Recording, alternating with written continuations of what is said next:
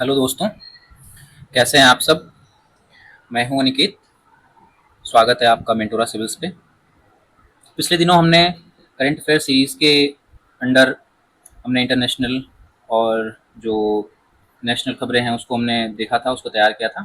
उसी सीरीज़ में हम जो इम्पोर्टेंट मिशंस हैं, जो प्रोजेक्ट्स हैं, जो बीपीएससी की परीक्षा के लिए प्रीलिम्स में खास करके इम्पॉर्टेंट है, उसको हम लोग इस बार पढ़ने जा रहे हैं। इस सेक्शन से पिछले पीवाईक्यूज़ में और अभी एईडीओ का एग्ज़ाम हुआ उस एग्ज़ाम में, ऑडिटर का एग्ज़ाम हुआ उस एग्ज़ाम में, और बीपीएससी की जो पिछली परीक्षाएं हुई हैं उन परीक्षाओं में भी इस सेक्शन से लगातार प्रश्न आते रहे हैं। और ये हमने तैयार किया हुआ है। बहुत ही छोटा सा एक सेक्शन है ये, बट यहाँ से आराम से 2 से 3 आपके क्वेश्चन सीधे सीधे आपको बहुत ईजिली मिल जाएंगे। तो आप अगर इस 15-18 पेजेस के नोट्स को अगर पढ़ के जाते हैं, इसको तैयार करके इस वीडियो को देख के जाते हैं, तो आपके 3 क्वेश्चन बन जाते हैं आराम से। ठीक है, तो चलिए शुरू करते हैं। पहला जो टॉपिक है महत्वपूर्ण मिशन और परियोजनाओं में, इसमें है कि राष्ट्रीय पांडुलिपि mission, national mission for manuscripts. ये जो स्कीम है ये शुरू की गई थी 2003 में पर्यटन और संस्कृति मंत्रालय भारत सरकार के द्वारा। इसका जो उद्देश्य है वो भारत की पांडुलिपि विरासत का दस्तावेजीकरण करना, उसका संरक्षण करना, उसको डिजिटलाइज करना और ऑनलाइन उसका प्रसार करना। ठीक है। अब अभी हाल फिलहाल में क्या हुआ कि जब इसका नाम चेंज कर दिया गया है, और इसका नाम चेंज करके ज्ञान भारतम मिशन, ज्ञान भारतम मिशन इसका नाम कर दिया गया है। और इसके इस मिशन का जो प्रमुख कार्य है वो ये है कि देश भर में 100 से अधिक पांडुलिपि संसाधन केंद्र और पांडुलिपि संरक्षण केंद्र स्थापित किए गए हैं इसमें। दूसरा इसका कार्य है कि भारत में अनुमानतः 1 करोड़ यानी कि 10 मिलियन से अधिक पांडुलिपियां हैं, जो संभवतः विश्व का सबसे बड़ा पांडुलिपि संग्रह है। और तीसरा, इन पांडुलिपियों में विभिन्न विषय, लिपियां, विभिन्न भाषाएं, विभिन्न सुलेख, चित्रांकन, अलंकरण और विविध कलात्मक विशेषताएं शामिल हैं। तो मोटे तौर पे देखा जाए तो जो ये ज्ञान भारतम मिशन है, जो इसका नया नाम है, इसका उद्देश्य है कि जो हमारी जो पांडुलिपि विरासत है उस विरासत का संरक्षण किया जाए, उस विरासत का दस्तावेजीकरण किया जाए और डिजिटल माध्यम से उसका ऑनलाइन प्रसार किया जाए, ताकि ये बच्चों के लिए, रिसर्च स्कॉलर्स के लिए और साथ ही साथ म्यूजियम्स में जो लोग विजिट करने जाते हैं उनके लिए आसानी से उपलब्ध हो जाए। तो ये हमारे टूरिज्म के लिए, रिसर्च एंड डेवलपमेंट के लिए और हमारी अपनी हेरिटेज के संरक्षण के लिए भी बहुत महत्वपूर्ण हो जाता है। अब आपने क्वेश्चन जो है, जो इसमें कार्य हैं, उस कार्य से ही इसमें स्टेटमेंट बना देंगे ये लोग कि जैसे स्टेटमेंट बना देंगे कि इसके अंतर्गत 100 से अधिक पांडुलिपि संसाधन केंद्र स्थापित किए गए हैं। तो आज आपको पता होना चाहिए कि हाँ 100 से अधिक किया गया है। उसके बाद इसमें पूछ सकते, ये स्टेटमेंट बना सकते हैं कि इसमें 1 करोड़ से अधिक अधिक पांडुलिपियां हैं। तो ये भी बात सही है कि इसमें 1 करोड़ से अधिक पांडुलिपियां हैं, जो भारत को सबसे बड़े पांडुलिपि संग्रह करने वाले देश के रूप में स्थापित कर देती हैं। ठीक है।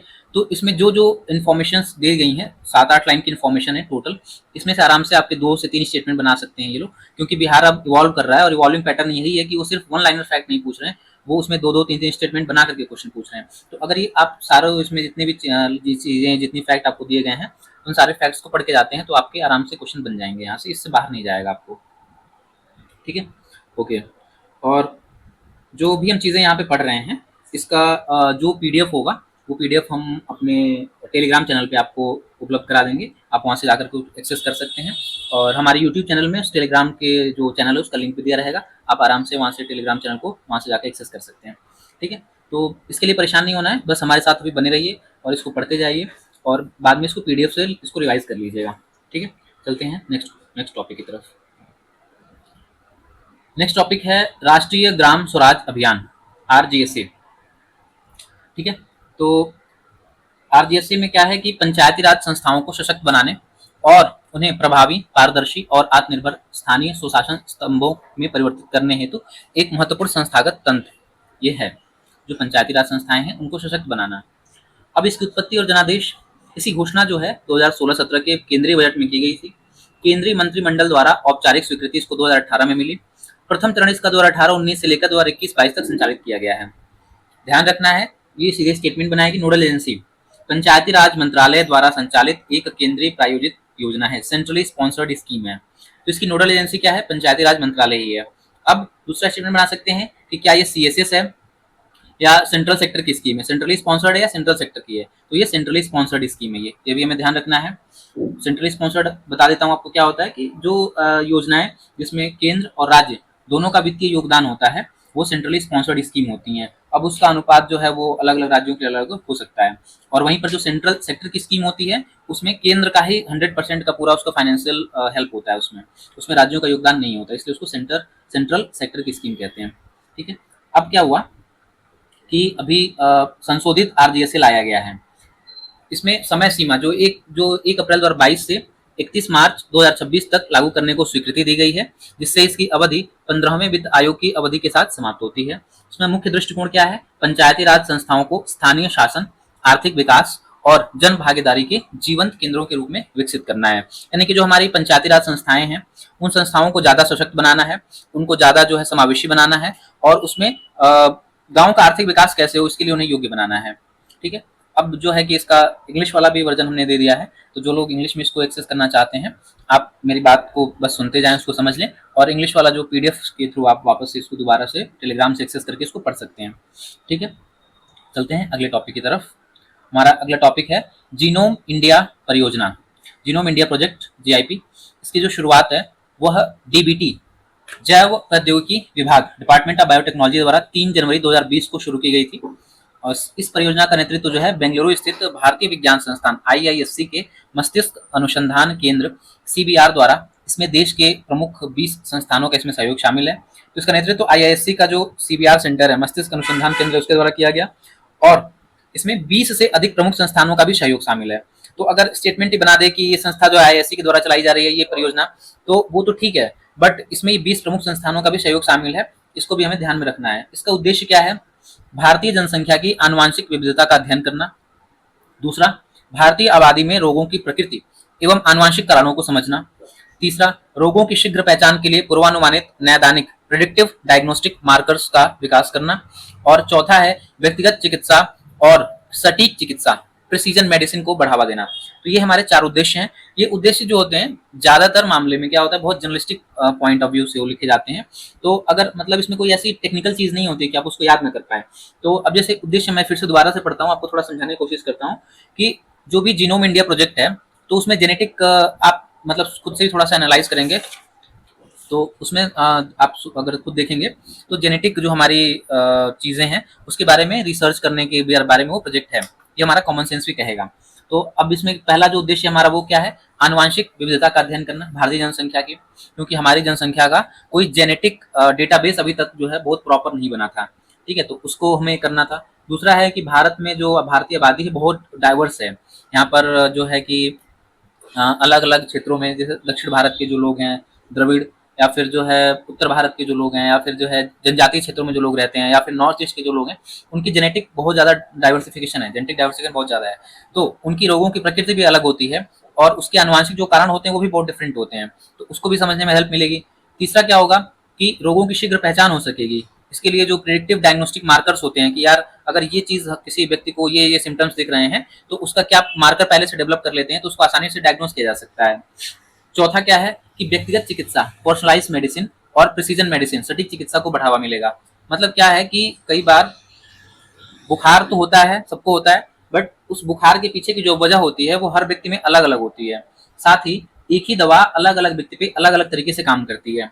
तो जब हमारे पास जेनेटिक डेटाबेस बहुत ज़्यादा डाइवर्स होगा और बहुत बड़ी मात्रा में उपलब्ध होगा तो हम लोगों के बारे में प्रिडिक्टिव मेडिसिन बना सकते हैं, पर्सनलाइज मेडिसिन बना सकते हैं और प्रिसीजन मेडिसिन बना सकते हैं कि इस रोग के लिए यही दवा दी जानी चाहिए।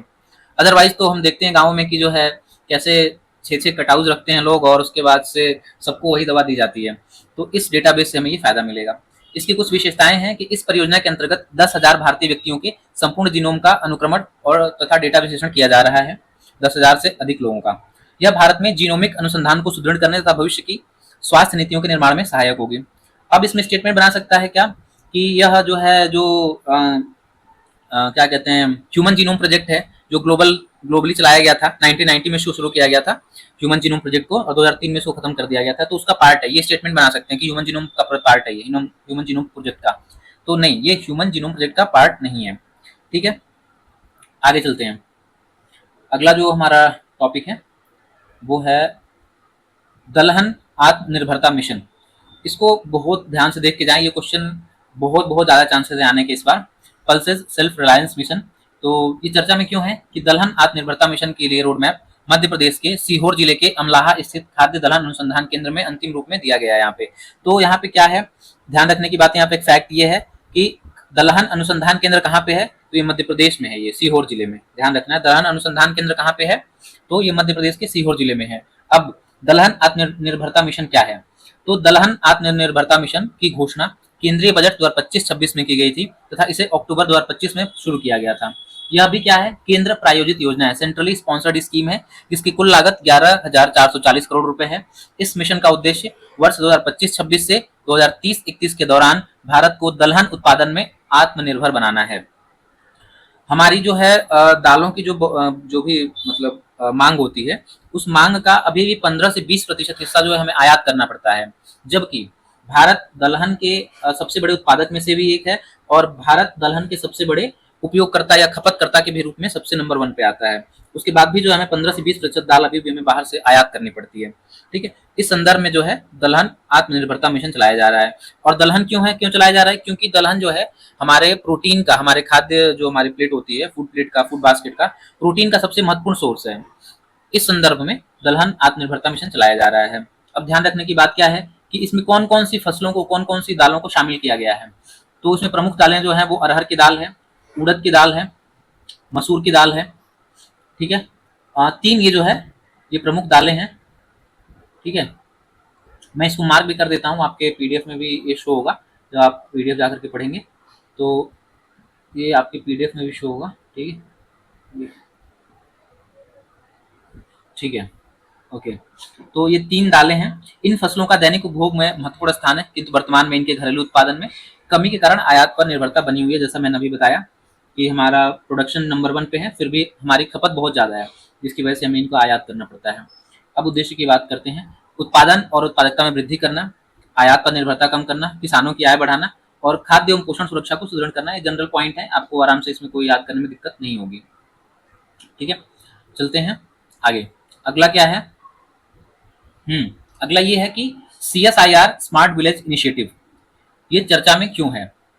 हाल ही में वैज्ञानिक अनुसंधान औद्योगिक अनुसंधान परिषद CSIR ने उड़ीसा के कुसुनपुर गांव में स्मार्ट विलेज पहल के अंतर्गत कृत्रिम बुद्धिमत्ता आधारित प्रौद्योगिकियों तथा बुनियादी ढांचे के उन्नयन को लागू किया है। किसने लागू किया है, CSIR ने। कहाँ पे किया है, उड़ीसा के कुसुनपुर गांव में। और क्या किया है, तो AI आधारित प्रौद्योगिकी तथा बुनियादी ढांचे के उन्नयन को लागू किया है स्मार्ट विलेज के लिए। इसका उद्देश्य क्या है, तो मानव वन्य जीव संघर्ष को कम करना, ग्रामीण आजीविका को सुदृढ़ बनाना और गांवों को भारत के विकास पथ से जोड़ना। ठीक है, अब इसके उद्देश्य क्या क्या हैं। विज्ञान एवं प्रौद्योगिकी का उपयोग करके ग्रामीण क्षेत्रों का समग्र विकास करना। ठीक है, दूसरा क्या है, टिकाऊ बुनियादी ढांचे का विकास करना। तीसरा क्या है, ग्रामीण नागरिकों के जीवन स्तर, आजीविका, सुरक्षा एवं सेवाओं में सुधार करना। चौथा क्या है, आधुनिक तकनीकों के माध्यम से ग्रामीण विकास को गति देना। ठीक है, ये सारे जनरल पॉइंट्स होते हैं। मैं बता रहा हूँ, उद्देश्य में हमेशा जो जनरल पॉइंट्स होते हैं, आपको एक बार पढ़ेंगे, ध्यान से पढ़ लेंगे तो फिर भूलेगा नहीं आपको ये। अब ध्यान रखने की चीज है, कार्यान्वयन एजेंसी वैज्ञानिक एवं औद्योगिक अनुसंधान परिषद CSIR, इसकी जो है नोडल एजेंसी है। अपनी इसका एक प्रोजेक्ट है, लैब टू लैंड, प्रयोगशाला से भूमि तक। इसी के अंतर्गत अपनी विभिन्न प्रयोगशालाओं में विकसित प्रौद्योगिकियों को सीधे ग्रामीण क्षेत्रों में लागू कर रही है। कौन, CSIR। अब इसकी प्रमुख विशेषताएं, AI आधारित समाधान प्रदान करते हैं, ये मानव वन्यजीव संघर्ष में कमी करते हैं, स्मार्ट ग्रामीण अवसंरचना को बढ़ावा देते हैं, आजीविका का संवर्धन करते हैं और विज्ञान एवं प्रौद्योगिकी आधारित ग्रामीण विकास को बढ़ावा देते हैं। Okay, that's it. अब चलते हैं हम लोग अगले टॉपिक की तरफ, विकसित भारत 2047। ठीक है, इस पहल की जो चर्चा है वो लगातार प्रधानमंत्री जी अपने भाषणों में करते रहते हैं। इसका उद्देश्य क्या है कि भारत की स्वतंत्रता के 100 वर्ष पूर्ण होने पर देश को एक विकसित, समृद्ध, समावेशी और आत्मनिर्भर राष्ट्र के रूप में स्थापित करना है। इस परिकल्पना का लक्ष्य क्या है कि सभी नागरिकों के लिए उच्च जीवन स्तर, समावेशी एवं सतत विकास, विश्व स्तरीय अवसंरचना, गुड गवर्नेंस, नवाचार आधारित अर्थव्यवस्था और समान अवसर, इक्वल अपॉर्चुनिटी सुनिश्चित करना। तो ये सारे जो है हमने बात की, जीवन स्तर अच्छा हो जाए, समावेशी और सतत विकास हो, विश्व स्तरीय अवसंरचना हो, गुड गवर्नेंस हो और जो हमारा इकोनॉमी हो वो इनोवेशन बेस्ड हो और सबके लिए इक्वल अपॉर्चुनिटी हो। ये हमारा लक्ष्य है विकसित भारत 2047 का। अब भारत को विकसित अर्थव्यवस्था बनने के लिए क्या क्या करना पड़ेगा, तो 30 टू 40 ट्रिलियन अमेरिकी डॉलर की सकल घरेलू उत्पाद जीडीपी वाली उच्च आय वाली अर्थव्यवस्था में बदलना पड़ेगा। 32 ट्रिलियन, 30 से 40 ट्रिलियन अमेरिकी डॉलर। दूसरा क्या है कि वैश्विक अर्थव्यवस्था में भारत की अग्रणी भूमिका को सुदृढ़ करना। अब क्या है कि इसी विजन के अंतर्गत शून्य गरीबी का भी कॉन्सेप्ट दिया गया, जीरो पॉवर्टी। इसमें क्या है कि समावेशी विकास नीतियों के माध्यम से अत्यधिक गरीबी का उन्मूलन करना। दूसरा, सामाजिक कल्याण योजनाओं का विस्तार करना। तीसरा, वित्तीय समावेशन को बढ़ावा देना। और चौथा, सभी नागरिकों को सम्मानजनक जीवन स्तर उपलब्ध कराना। ये शून्य गरीबी के जो है पहलू हैं, इसके स्तंभ हैं। अब यहाँ पे ध्यान देने की बात है कि यहाँ पर अत्यधिक गरीबी जो एक्सट्रीम पॉवर्टी है, पहले पॉइंट में उसको दूर करने की बात। एक्सट्रीम पॉवर्टी से मतलब क्या है कि मतलब व्यक्ति के पास रोटी, कपड़ा, मकान, यही तीन चीजें जो होती हैं जो उसकी एक्सट्रीम गरीबी को बनाती हैं। मतलब खाने के लिए उसके पास रोटी हो जाए, पहनने के लिए तन पे कपड़ा हो जाए और रहने के लिए उसके पास छत हो, ये एक्सट्रीम गरीबी को खत्म करेगा। सामाजिक कल्याण योजनाओं से क्या मतलब है कि जो शिक्षा, स्वास्थ्य है। वित्तीय समावेशन से क्या मतलब है कि उसके पास अकाउंट हो, उसके पास इंश्योरेंस और बाकी चीजें जो वित्तीय सर्विसेज होती हैं वो मिल जाए। और सम्मानजनक जीवन स्तर क्या है कि मतलब जो चाहता है अपने जीवन में करना वो कर ले वो। अब विकसित भारत 2047 के चार प्रमुख स्तंभ क्या है, तो ये है यूथ। भारत के पास बहुत विशाल आबादी है, तो उनको जो है कि भारत के निर्माण में उसको प्रमुख भागीदार बनाना, उनको शिक्षा, कौशल, रोजगार आदि के माध्यम से। दूसरा है गरीब, पुअर, तो पुअर वर्ग का आर्थिक रूप से और सामाजिक रूप से दोनों तरफ से उत्थान करना और गरीबी को उन्मूलन करके समावेशी विकास को बढ़ावा देना। तीसरी है महिलाएं, महिलाओं का जो है आर्थिक, सामाजिक और राजनीतिक तीनों सशक्तिकरण करना और उद्यमिता, शिक्षा, स्वास्थ्य और लीडरशिप को बढ़ावा देना। और चौथा है फार्मर्स, अन्नदाता, जो किसान है, तो कृषि का आधुनिकीकरण करना, किसानों की आय में वृद्धि करना, कृषि उत्पादकता को बढ़ाना और ग्रामीण आजीविका को सुदृढ़ करना और कृषि को टिकाऊ और लाभकारी बनाना। तो ये हमारे चार पिलर्स हैं। कौन कौन से? यूथ हो गए, गरीब हो गए, महिलाएं हो गई और फार्मर्स हो गए। चार इसके पिलर हो गए जो विकसित भारत के हैं। ये चार पिलर में से आपको कुछ भी पूछा जा सकता है कि कौन कौन से चार पिलर हैं, इसमें से एक कोई गलत नाम दे देगा तो आपको उसमें से निकालना रहेगा ऑड वन आउट करके। चलते हैं अगले टॉपिक की तरफ। अगला टॉपिक है एक पेड़ माँ के नाम 2.0 अभियान। ये न्यूज में क्यों रहा? एक पेड़ माँ के नाम 2.0 अभियान के अंतर्गत भारतीय राष्ट्रीय राजमार्ग प्राधिकरण NHAI ने उत्तर प्रदेश के बागपत जिले में दिल्ली देहरादून कॉरिडोर के किनारे 40,000 पौधे लगाने के लिए वृक्षारोपण अभियान प्रारंभ किया है।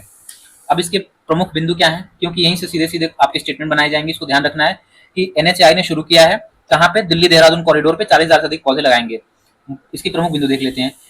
एक पेड़ माँ के नाम 2.0 पहल के अंतर्गत NHAI ने देश भर के राष्ट्रीय राजमार्गों किनारे 5.12 लाख से अधिक पेड़ लगाए हैं, यानी अन्य राजमार्गों किनारे 5 लाख से ज्यादा पेड़ लगाए जा चुके हैं। दूसरे चरण का शुभारंभ प्रधानमंत्री द्वारा विश्व पर्यावरण दिवस 5 जून 2025 के अवसर पर किया गया। सॉरी। अब इसका उद्देश्य क्या है? प्रत्येक नागरिक को अपनी माँ के सम्मान में एक पेड़ लगाने के लिए प्रेरित करना, मातृत्व के प्रति सम्मान के साथ जोड़ना और तीसरा यह संदेश देना कि माँ और वृक्ष दोनों जीवन का पोषण, संरक्षण और संवर्धन करते हैं।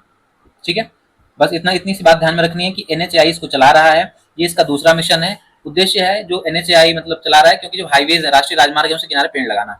आगे चलते हैं। मिशन लाइफ बहुत इंपॉर्टेंट, बहुत ज्यादा इंपॉर्टेंट हो जाता है ये, लगातार क्वेश्चन पूछे जा रहे हैं, फिर से क्वेश्चन आने की संभावना है।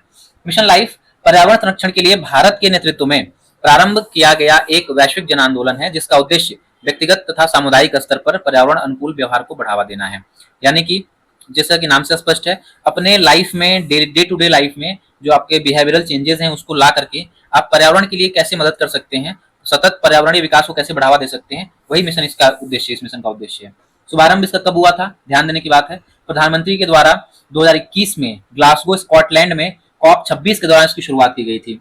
और इसका उद्देश्य है कि भारत सहित विश्व भर के लोगों को सतत एवं पर्यावरण अनुकूल जीवन शैली अपनाने के लिए प्रेरित करना और दूसरा जलवायु परिवर्तन के विरुद्ध जन भागीदारी को बढ़ावा देना। ये बहुत इंपॉर्टेंट पॉइंट है कि अभी तक क्लाइमेट चेंज में क्या होता है कि हम संस्थाओं को ही ज्यादा अकाउंटेबल बनाते हैं, उन्हीं को हम भागीदार बनाते हैं, बड़ी बड़ी संस्थाओं को। लेकिन लाइफ मिशन क्या करता है कि हर एक व्यक्ति को जन भागीदार बना देता है जलवायु परिवर्तन के विरुद्ध लड़ाई लड़ने में। ठीक है, इसलिए इंपॉर्टेंट हो जाता है।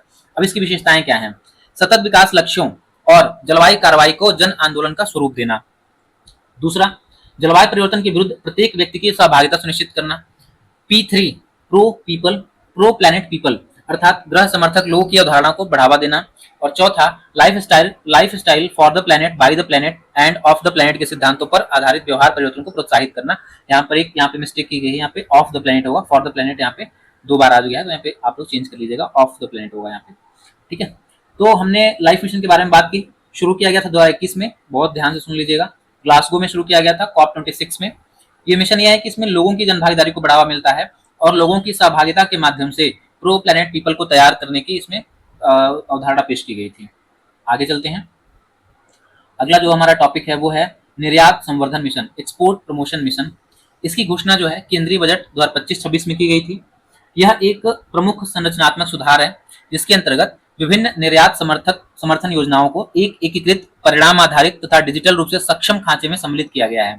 यानी कि जितनी भी निर्यात को बढ़ावा देने वाली योजनाएं हैं उनको सबको जो है एक साथ ला करके और एकीकृत किया गया है और रिजल्ट ओरिएंटेड डिजिटल रूप में सम्मिलित कर दिया गया उनको। इनकी अवधि क्या होगी, तो 25-26 से लेकर के 30-31 5 वर्षों का इसका जो है पूरा वो रहेगा, इस मिशन का कार्यकाल रहेगा और इस पे 25,060 करोड़ रुपए खर्च किए जाएंगे। ठीक है, ये दोनों बहुत फैक्ट ध्यान से रखिएगा, आपको 5 साल के लिए लाया गया है, 25,060 करोड़ रुपए खर्च किए जाएंगे। उद्देश्य क्या है कि निर्यात पारिस्थितिकी तंत्र को सुदृढ़ बनाना भारत में। दूसरा क्या है, एमएसएमई और श्रम प्रधान क्षेत्रों की प्रतिस्पर्धात्मकता को बढ़ाना। और तीसरा क्या है कि निर्यात वृद्धि के माध्यम से आर्थिक विकास और रोजगार सृजन को प्रोत्साहित करना।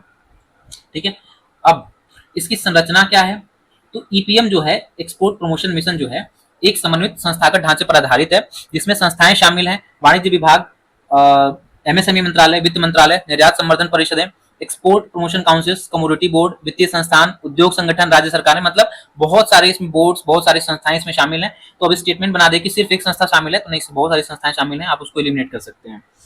अगला, विदेश व्यापार महानिदेशालय, directorate general of foreign trade, DGFT, इस मिशन की कार्यान्वयन एजेंसी, बहुत इंपॉर्टेंट हो जाता है, इसको आप जरूर से ध्यान रखें।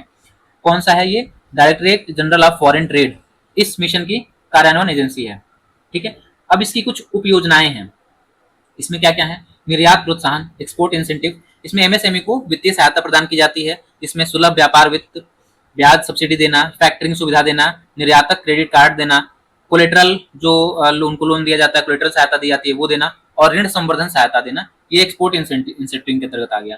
दूसरा है एक्सपोर्ट दिशा, इसमें क्या है कि यह गैर वित्तीय सहायता प्रदान करती है, इसमें गुणवत्ता और मानक अनुपालन, क्वालिटी एंड कंप्लायंस, दूसरा ब्रांडिंग, तीसरा व्यापारिक मेलों में भागीदारी, चौथा वेयर हाउसिंग भंडारण की सुविधा, पांचवा परिवहन सहायता और जिला स्तरीय क्षमता निर्माण के लिए इसमें सहायता दी जाती है। तो पहला जो था वो फाइनेंशियल था, इसमें क्या करते हैं गैर फाइनेंशियल, नॉन फाइनेंशियल जो चीजें वो देते हैं इसमें। तीसरा क्या है, डिजिटल कार्यान्वयन एवं निगरानी, डीजीएफटी द्वारा संचालित डिजिटल प्लेटफॉर्म के माध्यम से पेपरलेस, एकीकृत, पारदर्शी तथा त्वरित सेवा प्रदान की जाती है। इसमें आवेदन करने में, अनुमोदन प्राप्त करने में और निगरानी की जो प्रक्रिया है उसको ज्यादा कुशल और ज्यादा पारदर्शी बना देती है। ठीक है, यानी कि जो रेगुलेशन है उसको भी ज्यादा बेहतर बना दिया गया है। ठीक है, तो 3 इसकी उपयोजनाएं हैं। आगे चलते हैं। अगला जो हमारा टॉपिक है वो है राहत योजना, रिलीफ। रिलीफ का मतलब है resilience and logistics intervention for export facilitation.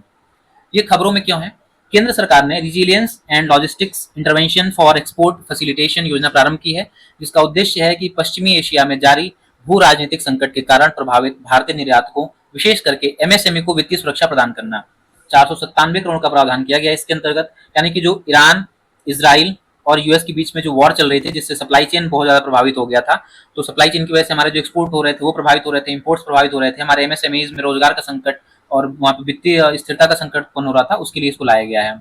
इसका जो मंत्रालय है, जिसका नोडल मंत्रालय है वो है वाणिज्य एवं उद्योग मंत्रालय। इसका जो भौगोलिक कवरेज होगा वह किस किस देशों को जो एक्सपोर्ट होता है उस पर लागू होगा। तो यहाँ पे यूएई पर लागू होता है, यूएई को जाने वाले जो एक्सपोर्ट होगा उस पर लागू होगा। सऊदी अरब को एक्सपोर्ट जाता है उस पर लागू होगा, कुवैत पे, कतर पे, ओमान पे, बहरीन पे, इराक पे, ईरान पे, इजराइल पे और यमन पे। यानी कि जितने भी ये मिडिल ईस्टर्न कंट्रीज हैं, वेस्ट एशिया के जो कंट्रीज हैं इंक्लूडिंग ईरान, वहां पे जो भारत से निर्यात जाता है उस पर यह जो है लागू होगा। इस पर जो वहां निर्यात करने वाले जो निर्यातक हैं उनको इंसेंटिव या रिलीफ मिल सकेगी गवर्नमेंट के इस फंड के द्वारा। अब क्या, protection and indemnity club, P&I club है। ठीक है, तो ये क्या है, तो इसमें क्या होता है कि समुद्री बीमा प्रदान करने वाले जितने भी म्यूचुअल बीमा संघ होते हैं, जो जो समुद्र में सामान जाता है जहाजों पे भर के, तो उनकी सुरक्षा के लिए उनका इंश्योरेंस किया जाता है। और उनका इंश्योरेंस करने वाली जो बीमा कंपनियां होती हैं, इंश्योरेंसर्स होते हैं, उनका एक संघ होता है, वो अपना एक एसोसिएशन बनाते हैं जो जहाज मालिकों एवं ऑपरेटरों को थर्ड पार्टी दायित्वों से सुरक्षा प्रदान करते हैं। तो मतलब कि क्या है कि जो उनका इंश्योरेंस करने का भी जो प्रोसेस है उसको भी ज्यादा सपोर्ट किया जा रहा है इंडियन गवर्नमेंट के द्वारा। तीसरा इसमें जोखिम क्या है, तेल प्रदूषण, माल की क्षति, यात्रियों या चालक दल के दावे, टक्कर से उत्पन्न दायित्व और मलबा हटाने की लागत और पर्यावरणीय दायित्व, इनको जो है इंश्योरेंस में कवर किया जाएगा। ठीक है, अब चलते हैं आगे। अटल नवाचार मिशन 2.0 बहुत इंपॉर्टेंट है, इसको ध्यान से पढ़ के जाएंगे। खबरों में क्यों है, नीति आयोग के अंतर्गत अटल नवाचार मिशन चलता है, आपको पता है। अब 2750 करोड़ रुपए के बढ़े हुए बजट के साथ इसे 2028 तक जारी रखने की स्वीकृति दे दी गई है। यह निर्णय अटल नवाचार मिशन 2.0 की शुभारंभ का प्रतीक है, जिसका उद्देश्य भारत के नवाचार एवं उद्यमिता पारिस्थितिकी तंत्र को अधिक सशक्त बनाना है। ठीक है, तो अब पहले जो था ये अटल नवाचार मिशन, इसको 2028 तक जारी रखने की स्वीकृति मिल गई है। अब ये है क्या, AIM 2.0 अटल नवाचार मिशन की पूर्व उपलब्धियों जैसे कि अटल टिंकरिंग लैब्स, अटल इंक्यूबेशन सेंटर पर आधारित जो है ये अगला चरण है। ये हमने टिंकरिंग लैब्स बना ली हैं, इंक्यूबेशन सेंटर बना लिए हैं। अब इसका उद्देश्य क्या है, नवाचार कार्यक्रमों का विस्तार करना, नई पहलों का बड़े पैमाने पर परीक्षण एवं कार्यान्वयन करना, भारत के नवाचार और स्टार्टअप पारिस्थितिकी तंत्र को सुदृढ़ करना। भारत की स्थिति अगर देखी जाए कि क्या हम लोग नवाचार वाले सूचकांक में कहाँ पे हैं, तो वैश्विक नवाचार सूचकांक में भारत 38वें स्थान पर है और भारत विश्व का तीसरा सबसे बड़ा स्टार्टअप पारिस्थितिकी तंत्र है। ठीक है, और जो अटल इनोवेशन मिशन के जो प्रमुख कार्यक्रम है वो इस PDF में दिए गए हैं, तो आप उनको PDF से जरूर से पढ़ लेंगे, 2-3 बार रिवाइज करके जाएंगे, सीधे सीधे आपको क्वेश्चन वहां से मिल सकते हैं। अब हम बताएंगे कि अटल नवाचार मिशन की शुरुआत जो इसका बेसिक बता देता हूँ, 2016 में नीति आयोग के द्वारा की गई थी और इसका उद्देश्य छात्रों, शोधकर्ताओं, उद्यमियों और स्टार्टअप्स के बीच नवाचार, रचनात्मकता और उद्यमिता को बढ़ावा देना है। अब इसके प्रमुख कार्यक्रम बता देता हूँ मोटा मोटी आपको, अटल टिंकरिंग लैब्स, अटल इंक्यूबेशन सेंटर, अटल सामुदायिक नवाचार केंद्र, अटल न्यू इंडिया चैलेंज, ये जो है, और मिंटर इंडिया। इस तरह से जो है इनके ये 5 इनके कार्यक्रम चलते हैं। इनको आप PDF से पढ़ लेंगे, इनके बारे में थोड़ी थोड़ी एक लाइन की जानकारी यहाँ पे दे दी गई है, 2-2 लाइन की, आपको सीधे सीधे क्वेश्चन यहाँ से मिल जाएगा। अब चलते हैं हम लोग अगले टॉपिक पे, राष्ट्रीय मधुमक्खी पालन एवं शहद मिशन, national beekeeping and honey mission. राष्ट्रीय मधुमक्खी पालन एवं शहद मिशन भारत सरकार की जो है एक सेंट्रल सेक्टर की स्कीम है। इसका उद्देश्य क्या है, वैज्ञानिक रूप से जो वैज्ञानिक तौर पर मधुमक्खी पालन को बढ़ावा देना, उच्च गुणवत्ता वाले शहद एवं अन्य मधुमक्खी उत्पादों के उत्पादन को बढ़ावा देना और मधुमक्खी पालन उद्योग के समग्र विकास को बढ़ावा देना। इसके जो उप मिशन है उसको 3 उप मिशनों में जो है बांटा गया है। पहला जो है मिनी मिशन क्या है, इसमें वैज्ञानिक मधुमक्खी पालन को बढ़ावा देना। दूसरा है पोस्ट हार्वेस्ट मैनेजमेंट, यानी कि जब शहद होता है उसका संग्रहण, उसका प्रसंस्करण, उसका गुणवत्ता नियंत्रण, उसकी पैकेजिंग, उसका विपणन, उसकी ब्रांडिंग, ETC वगैरह। तीसरा जो उसका मिनी मिशन है वो है रिसर्च एंड डेवलपमेंट, यानी कि मधुमक्खी पालन से संबंधित जो भी अनुसंधान होता है, जो इनोवेशन होता है, जो कैपेसिटी बिल्डिंग होती है, उसको इसमें शामिल किया गया है। 3 स्तरों में इसको बांटा गया है। कार्यान्वयन एजेंसी जरूर से हर ध्यान रखना है, नेशनल बी बोर्ड NBB, राष्ट्रीय मधुमक्खी बोर्ड, ये कार्यान्वयन एजेंसी है और यह मिशन आत्मनिर्भर भारत अभियान के अंतर्गत कार्यान्वित किया जा रहा है। इसके प्रारंभ होने की अवधि 2020 से 23 और इस योजना की अवधि को 2025 से 26 तक बढ़ा दिया गया है। शुरुआती आवंटन इसका 500 करोड़ रुपए का था। इसका उद्देश्य हमने ऊपर जैसे देख लिया कि समग्र मधुमक्खी पालन उद्योग को बढ़ावा देना, पॉलिनेशन के माध्यम से कृषि उत्पादकता को बढ़ावा देना, तीसरा गुणवत्तापूर्ण शहद एवं अन्य मधुमक्खी उत्पादों को बढ़ावा देना, चौथा ग्रामीण आजीविका एवं रोजगार सृजन को प्रोत्साहित करना और 5वां किसानों की आय में वृद्धि करना। भारत की स्थिति क्या है, तो भारत चीन के बाद विश्व का दूसरा सबसे बड़ा शहद निर्यातक है। हमें ध्यान रखना है, चीन के बाद हम लोग 2nd नंबर पे शहद निर्यात में हैं। अब कौन से राज्य हैं प्रमुख रूप से शहद उत्पादन वाले, तो उत्तर प्रदेश 17%, पश्चिम बंगाल 16%, पंजाब 14%, बिहार 12% और राजस्थान 9%। हमें बिहार का जरूर से ध्यान रखना है, बिहार में 12% शहद उत्पादन हो रहा है। प्रमुख हमारे निर्यात गंतव्य हैं, USA है, UAE है, सऊदी अरब है, कतर है और लीबिया है। ये हमारे जो है प्रमुख निर्यात गंतव्य हैं। चलते हैं अगले टॉपिक की तरफ, राष्ट्रीय गहन जल अन्वेषण mission, national deep water exploration mission NDEM। क्या है मिशन ये, भारत के समुद्री क्षेत्र में समुद्र तल के नीचे स्थित तेल एवं प्राकृतिक गैस के संभावित भंडारों की खोज के लिए प्रस्तावित एक ऊर्जा सुरक्षा पहल है। ये एनर्जी सिक्योरिटी इनिशिएटिव है ये। ठीक है, कहाँ पे खोज करेंगे, तो जो समुद्री तल के नीचे जो स्थित तेल और प्राकृतिक गैस है जो भारत के EEZ में पड़ता है, तो वहां पे हम लोग तेल और प्राकृतिक गैस की खोज करेंगे। यह मिशन मोड में गहरे समुद्री अपतटीय ऑफशोर अन्वेषण को गति देने के लिए तैयार किया गया है। इसका नोडल मंत्रालय है पेट्रोलियम एवं प्राकृतिक गैस मंत्रालय। सहयोगी संस्था इसकी कौन सी है, हाइड्रोकार्बन महानिदेशालय, डायरेक्टरेट जनरल ऑफ हाइड्रोकार्बन्स और अन्य संबद्ध अनुसंधान संस्थान। इसका उद्देश्य क्या है, कच्चे तेल एवं प्राकृतिक गैस के आयात पर निर्भरता को कम करना, घरेलू हाइड्रोकार्बन उत्पादन को बढ़ाना, भारत की दीर्घकालिक ऊर्जा सुरक्षा को मजबूत करना और ऊर्जा क्षेत्र में आत्मनिर्भर भारत के लक्ष्य को आगे बढ़ाना। ठीक है, ये तो जनरल सी बात है। आगे चलते हैं अगले टॉपिक पे। गहरे महासागर मिशन, डीप ओशन मिशन, इसकी शुरुआत 2021 में भारत सरकार के द्वारा की गई थी। महासागरीय संसाधनों का सतत उपयोग, गहरे समुद्र की खोज और समुद्री प्रौद्योगिकी का विकास और ब्लू इकोनॉमी से सुदृढ़ करना। ठीक है, तो हमें ध्यान रखना है शुरुआत 2021 में हुई थी और जो महासागरीय संसाधन है उसका सतत उपयोग करना, गहरे समुद्र की खोज करना, ब्लू इकोनॉमी को सुदृढ़ करना और जो समुद्री प्रौद्योगिकी है उसका विकास करना। हाल के डेवलपमेंट देखें तो क्या है कि 15 अगस्त 2025 को प्रधानमंत्री ने राष्ट्रीय गहन जल अन्वेषण मिशन की घोषणा करते हुए कहा कि भारत समुद्र के नीचे स्थित तेल एवं गैस संसाधनों की खोज को मिशन मोड में आगे बढ़ाएगा। अब इसी के अंतर्गत समुद्रयान प्रोजेक्ट चलाया जा रहा है।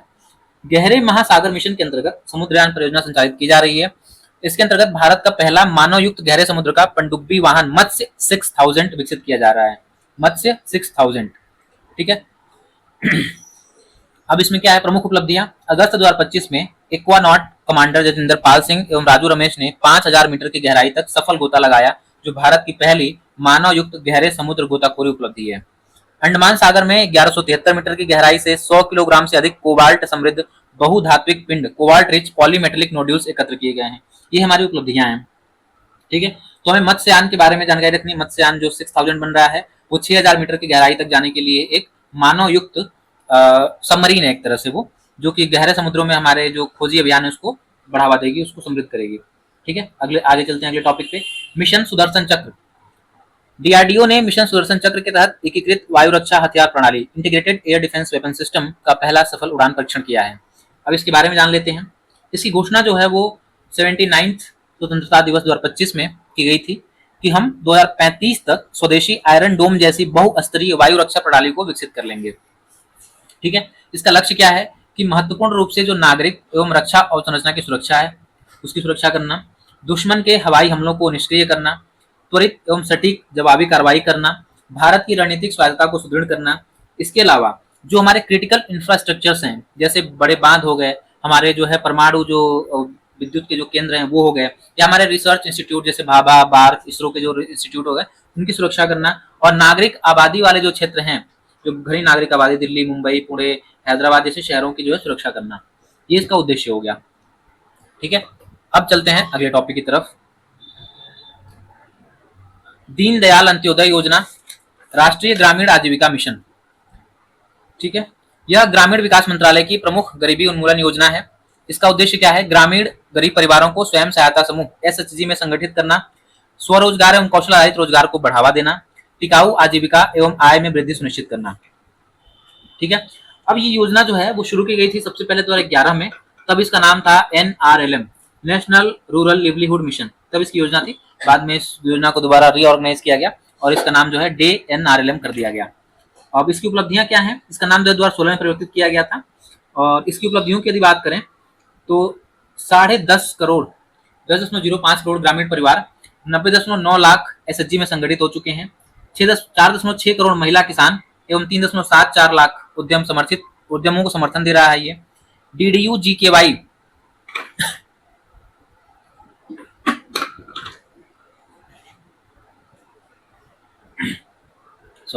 DDU-GKY के तहत 17.5 लाख युवाओं को प्रशिक्षण और 11.48 लाख को रोजगार मिला है। 47,900 बैंक सखियां वित्तीय समावेशन में तैनात हुई। कृषि, पशुपालन, गैर कास्ट, वन उत्पाद एवं गैर कृषि उद्यमों को बढ़ावा मिल रहा है। तो मतलब यहाँ पे जो उपलब्धियां हैं ये सीधे ये दिखाती हैं कि किस प्रकार से जो ये नेशनल रूरल लिवलीहुड मिशन है, ये मिशन किस प्रकार से ग्रामीण परिवारों को, महिला किसानों को, ग्रामीण क्षेत्र के युवाओं को और जो ग्रामीण महिलाएं हैं जो कृषि पर, पशुपालन पे और वन उत्पादों पर निर्भर होती हैं, उनकी कैसे मदद कर रही है। तो इन डेटा को आप एक बार ध्यान से देख लेंगे, स्टेटमेंट के तौर पर डेटा दिए जा सकते हैं। अगले टॉपिक की तरफ चलें अगर, तो राष्ट्रीय हरित हाइड्रोजन मिशन की बात करते हैं। नेशनल ग्रीन हाइड्रोजन मिशन बहुत इंपॉर्टेंट है, बहुत ज्यादा इंपॉर्टेंट है ये। इसका शुभारंभ जनवरी 2023 में किया गया था। इसका नोडल मंत्रालय जो है वो नवीन एवं नवीकरणीय ऊर्जा मंत्रालय MNRE है। लक्ष्य इसका क्या है कि 2030 तक प्रति वर्ष 5 मिलियन टन 5 MMT हरित हाइड्रोजन का उत्पादन करना है। इसको ध्यान से देखेंगे, इसका लक्ष्य क्या है? 2030 तक प्रति वर्ष 5 मिलियन टन 5 MMT का उत्पादन करना, हरित हाइड्रोजन का उत्पादन करना। इसके प्रमुख घटक क्या क्या है? SIGHT साइट प्रोग्राम, इसमें क्या होता है? इलेक्ट्रोलाइजर निर्माण एवं ग्रीन हाइड्रोजन उत्पादन को बढ़ावा देना। और दूसरा इसका घटक है ग्रीन हाइड्रोजन हब्स बनाना, यानी कि राज्यों में ग्रीन हाइड्रोजन हब का विकास करना। ठीक है, इसके दो प्रोग्राम है, साइड प्रोग्राम और ग्रीन हाइड्रोजन हब बनाना। ठीक है, अगला इसका लक्ष्य क्या है, 5 MMT वार्षिक उत्पादन क्षमता हासिल करना, 125 गीगावाट नवीकरणीय ऊर्जा क्षमता प्राप्त करना, 8 लाख करोड़ से ज्यादा का निवेश प्राप्त करना, 6 लाख से ज्यादा रोजगार प्राप्त करना, 1 लाख करोड़ प्लस जीवाश्म ईंधन आयात में कमी करना और 50 MMT वार्षिक उत्सर्जन में कमी करना।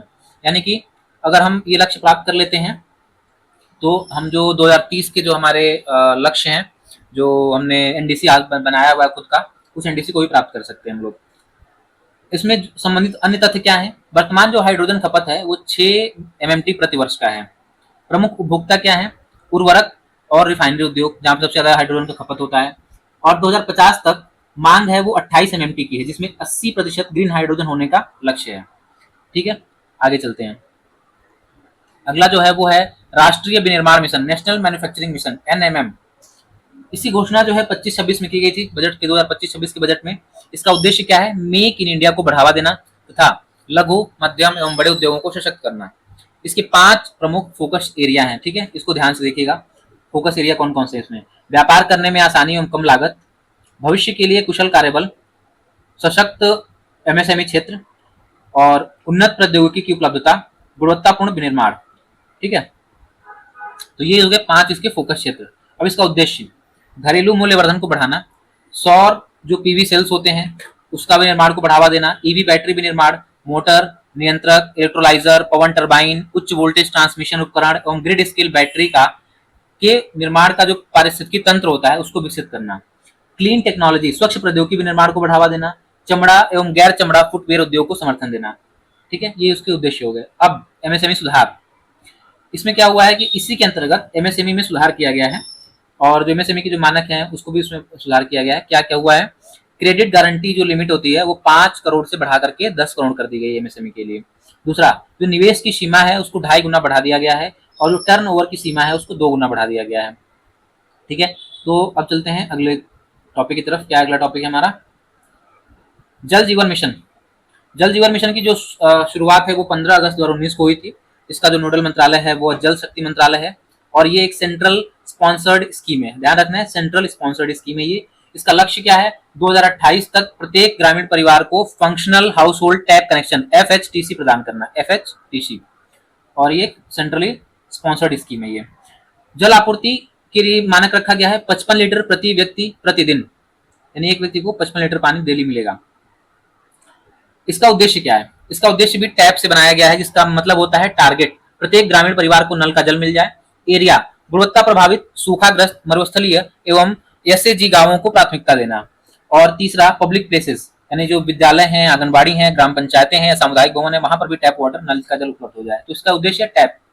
प्रमुख तथ्य है कि 15 अगस्त 2025 को मिशन के 6 वर्ष पूरे हो चुके हैं और इन 6 वर्षों में 15 करोड़ से अधिक ग्रामीण घरों में नल का जल उपलब्ध कराया जा चुका है। ध्यान रखना है इसको, 6 साल पूरे हो गए और 15 करोड़ से अधिक ग्रामीण घरों में नल जल उपलब्ध कराया जा चुका है। नेक्स्ट हमारा टॉपिक है राष्ट्रीय क्वांटम मिशन, बहुत इंपॉर्टेंट मिशन है, बहुत ध्यान से देखेंगे। नोडल इसका जो विभाग है वो है DST, department of science and technology. इसकी जो अवधि है वो 2023-24 से 2030-31, ये 7 सालों के लिए जो है चलाया गया है। इसका जो बजट है वो 6000 करोड़ रुपए रखा गया है।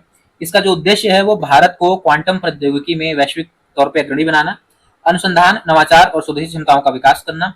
इसके प्रमुख क्षेत्र, जो राष्ट्रीय क्वांटम मिशन है इसके प्रमुख क्षेत्र हैं क्वांटम कंप्यूटिंग, 52,000 फिजिकल क्यूबिट्स वाले कंप्यूटर का निर्माण करना, क्वांटम संचार, 2000 प्लस किलोमीटर सुरक्षित उपग्रह आधारित संचार एवं क्वांटम की डिस्ट्रीब्यूशन QKD टेक्नोलॉजी का विकास करना, क्वांटम सेंसिंग एवं मेट्रोलॉजी, उच्च संवेदनशील मैग्नेटोमीटर एवं परमाणु घड़ियों के माध्यम से जो हम मौसम विज्ञान और उसके बारे में भविष्यवाणी करते हैं उसको ज्यादा सुदृढ़ बनाना, और क्वांटम सामग्री एवं उपकरण, स्वदेशी क्वांटम हार्डवेयर एवं उपकरणों का विकास करना। तो इसके प्रमुख क्षेत्र हैं, इसमें ध्यान रखना है ये सारे जो कीवर्ड्स हैं।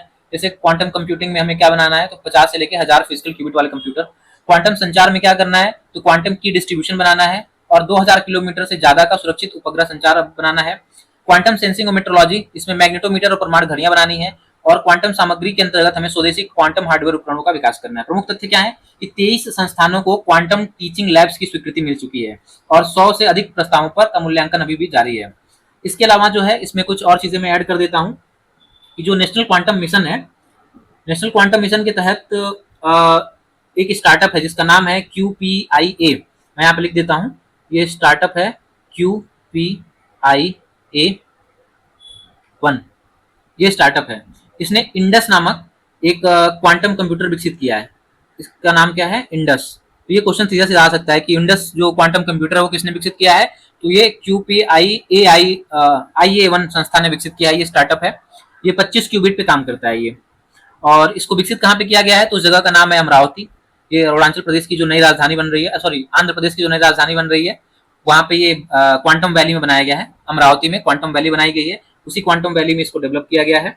और इसके अलावा जो है इसमें जानकारी आपको दे दूं कि एक्स्ट्रा जानकारी है आपके लिए सुपर कंप्यूटर के बारे में।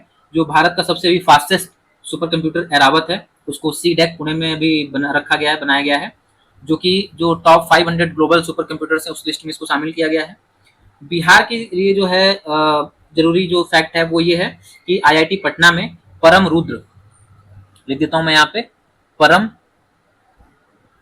रुद्र, इसे जो है IIT पटना में जो है कि बनाया गया है। और बिहार का पहला स्वदेशी सुपर कंप्यूटर है जो नेशनल सुपर कंप्यूटर मिशन के तहत बनाया गया है।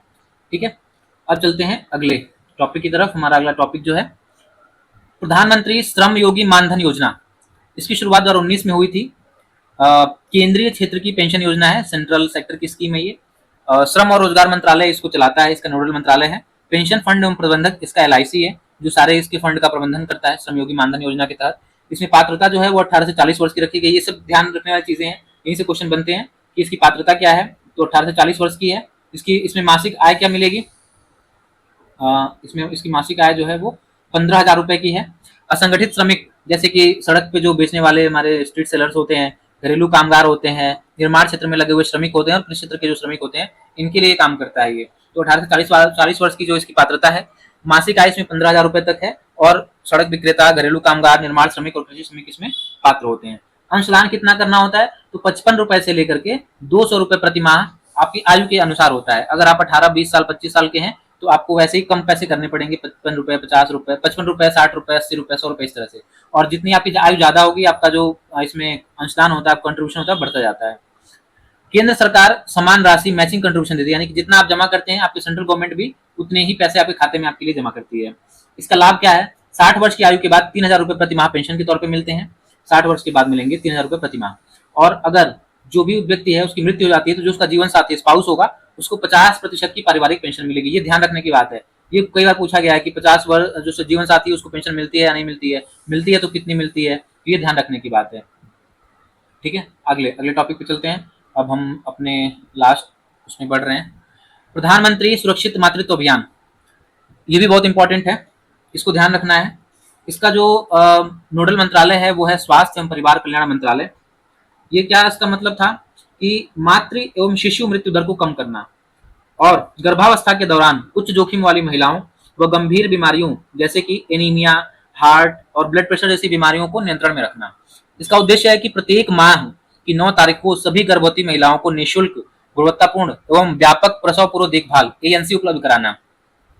दूसरा, दूसरी एवं तीसरी तिमाही की गर्भवती महिलाओं को सरकारी स्वास्थ्य संस्थानों में सेवाएं प्रदान करना। तीसरा, RMNCH A+ रणनीति के अंतर्गत ANC की गुणवत्ता एवं कवरेज को बढ़ाना। और चौथा, निजी चिकित्सकों की स्वैच्छिक भागीदारी को बढ़ावा देना। ठीक है, ये इसके उद्देश्य हो गए। अब चलते हैं अगले टॉपिक की तरफ, मिष्टी योजना। ये भी बहुत इंपॉर्टेंट योजना है। इसकी घोषणा जो है वो बजट 23-24 में की गई थी।